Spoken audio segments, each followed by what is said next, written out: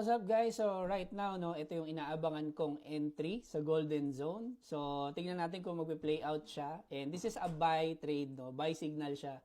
So binitawan ko rin tong signal na to. Pero tingnan natin if this will play out. I-trade tayo right now kay Gold. So pero kanina nag-trade na tayo. Ito yung entry natin sa sell. And nag-profit tayo dyan. 120 pips yan. And right now, we are going for buy. So sakto, nasa Golden Zone na siya.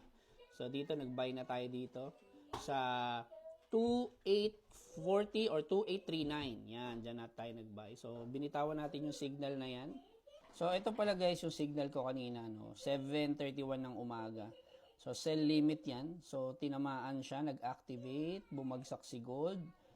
Tinamaan yung TP3. So, kung papansin niyo ayan siya right now. So, bumagsak talaga si Gold, puladong-pulado yan. Pabay tayo ngayon dito. Yan. Sa 2839, nagpabay tayo ngayon dito kasi ay nasakto sa may golden zone ng gold. So, dyan tayo bumitaw ng buy right now. Right now, nasa entry. So, tingnan natin kung tatamaan yan.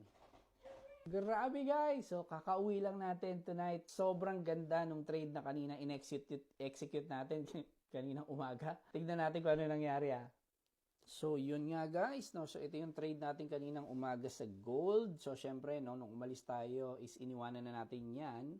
And ito yung entry natin guys, no? Umentry tayo sa 2839. Lumipad yan and tinamaan yung ating take profit area. So, though, yung signal na yan guys is, syempre, binitawan natin yan dito sa trade natin.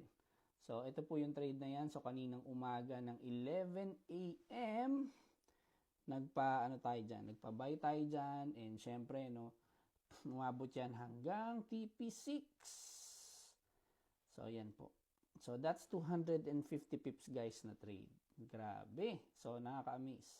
And again, guys, yan po yung trade natin kanina. So, that's our trade ngayon Thursday. So, goods na tayo for today. So, ito yung pinita natin dyan. So, hindi gaanong kalakihan. Somehow help you or me. Syempre, ako, no, malaking tulong na yan sa akin, lalo na dito sa Canada. So, syempre, maraming mga bills na binabayaran, no? So, ayan po yung ginagawa ng Forex trading. So, again, sa lahat ng gusto mag-trade, kung ikaw bago ka right now or matagal ka nagtitrade, always remember, trade the money you're willing to lose. See you!